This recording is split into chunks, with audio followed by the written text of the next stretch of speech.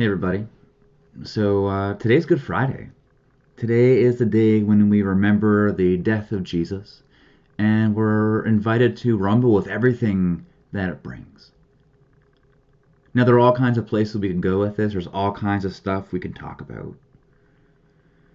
But as I reflect on it in the middle of a global pandemic, this is where I keep ending up.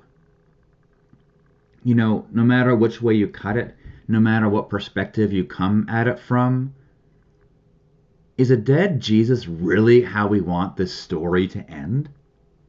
I mean, how can the story of Jesus coming to show us a new way of being human and alive in this world, how can this story of God repairing and restoring the universe, of bringing everything and everyone back together again, how can it end this way? Is Jesus dying at the hands of his enemies, being abandoned by his friends, of being killed by the very system he came to undo? Is that what we want to happen? Is that what we thought would happen? Is that how we want the story to end? I mean, why would it end that way? Why wouldn't God do something? Why would the bottom just fall out of it? Why did it end that way? I don't know about you, but those are some pretty heavy questions for me. The tension Good Friday draws us into is how the death of Jesus undoes everything. It undoes all those beliefs about how good God is, about the nature of the universe, about the direction we're going. It crumples them all up and it throws them out the window. It pulls the carpet out from underneath us. It rips apart those boxes that we live in.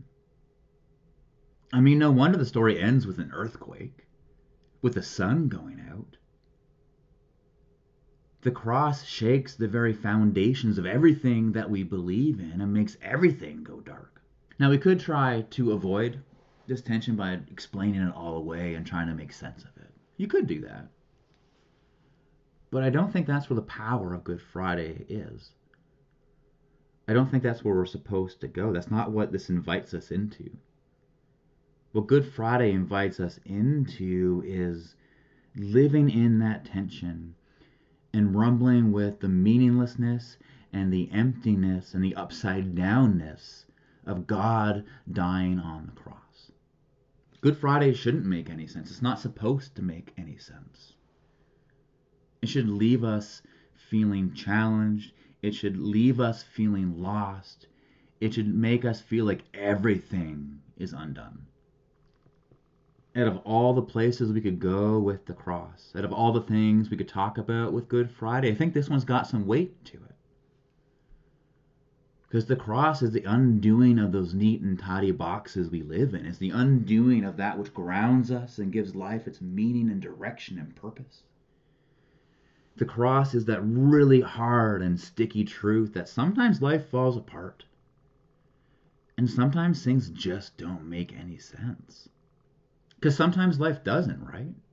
I mean, we all know this. We all have our own Good Fridays. This story is our story.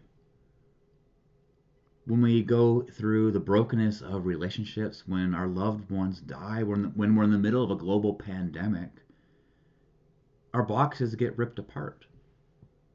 The earth shakes, the sun goes dark, the carpet gets pulled out from underneath us. We just feel lost. Life doesn't make any sense. Everything does feel meaningless. And instead of trying to escape that tension, Good Friday wants us to go right into it. And it wants us to do a really hard, vulnerable, and courageous thing. And that's lament. Now, I know lament might be a new word for us. It's definitely not one we use every day. But I think it's one we need to reclaim. It's a good word. Because laments are it's how we articulate our pain, our suffering, our brokenness, our trauma. Lament is the sound our souls make when we're confronted with what is instead of what should be. It's how we express the things that break our hearts and break us apart. In that way, lament is kind of a love song. They're the cries for the things, the life, and the world we so desperately want, but we don't have. Good Friday invites us into that ancient art of lament. To just like Jesus did, look at everything around us. To see how it's all falling apart, how it doesn't make any sense.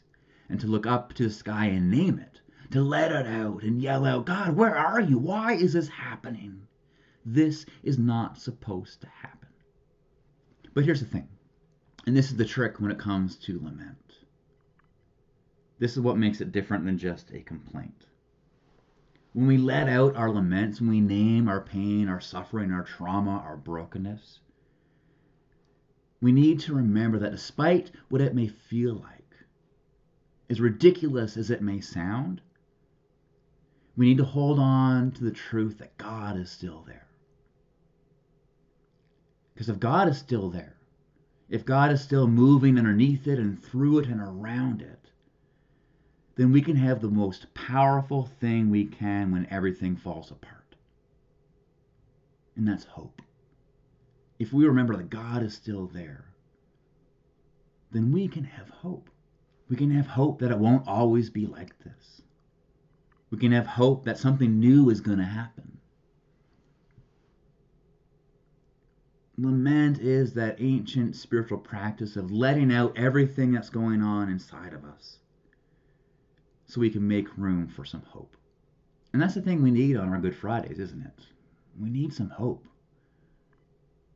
We need to know that there's still room for possibility. That it doesn't have to end this way, that it doesn't have to be like this. Because hope's not just wishful thinking. Hope is the remedy to despair.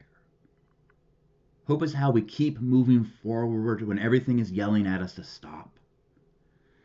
Hope is what gets us through those moments in our life when everything doesn't make sense, when everything is meaningless and everything falls apart.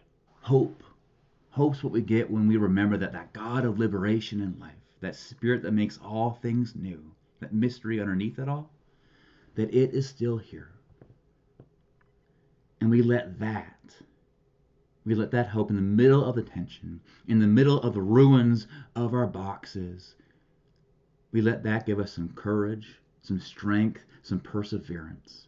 And we keep moving forward, knowing and daring to trust that the worst thing is not the last thing, and that everything is going to be okay, even though everything is not all right. So this Good Friday, as we reflect on the death of Jesus on a cross and we rumble with what that brings, and on any Good Friday, really, for any times when the world just falls apart and everything ceases to make sense, let's take time to lament. Let's take time to name everything that's going on inside of us, to let out all our anger and our fear, our brokenness, our trauma, our anxiety, our stress, our guilt, whatever it is. Let's let it out. Let's name it. Let's speak our truth. And let's do it knowing that God is still here. And may that draw us into hope. To even in the thick of this tension, even in the midst of this emptiness and meaninglessness, to hope and have the courage to know that maybe, just maybe, it doesn't have to be this way. That maybe the worst thing is not the last thing. And maybe I am going to be okay even though everything is not all right. And may that hope draw you into new ways of living and moving and having your being. And may you find life now as you wait for a new day to come. So my friends, go lament. Let it out. Sing, dance, write, draw. Do whatever you have to do to get it out. And may you know that God is with you. May you experience some hope. And may that hope draw you into something new. Grace and peace be with you.